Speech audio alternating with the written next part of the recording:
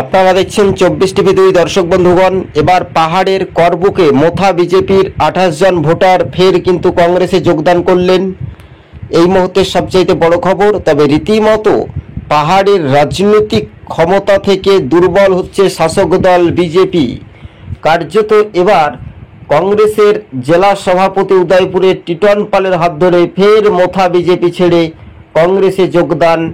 আগামী দিন ADC village নির্বাচনের প্রাক্কালে কংগ্রেসকে শক্তি জুগিয়ে কতটা উজ্জীবিত হতে পারে, এটাই শুধু করবুকের মাটিতে দাঁড়িয়ে জনজাতি ভোটাররা আবারও কিন্তু প্রমাণিত করে দিলেন। এই মুহূর্তের সবচাইতে বড় খবর, বিগ ব্রেকিং নিউজ। উত্তর পূর্বে রাজ্যের ত্রিপুরার পাহাড়ে কংগ্রেসে যোগদান মোথা বিজেপি ছেড়ে প্রায় 28 জন ভোটার।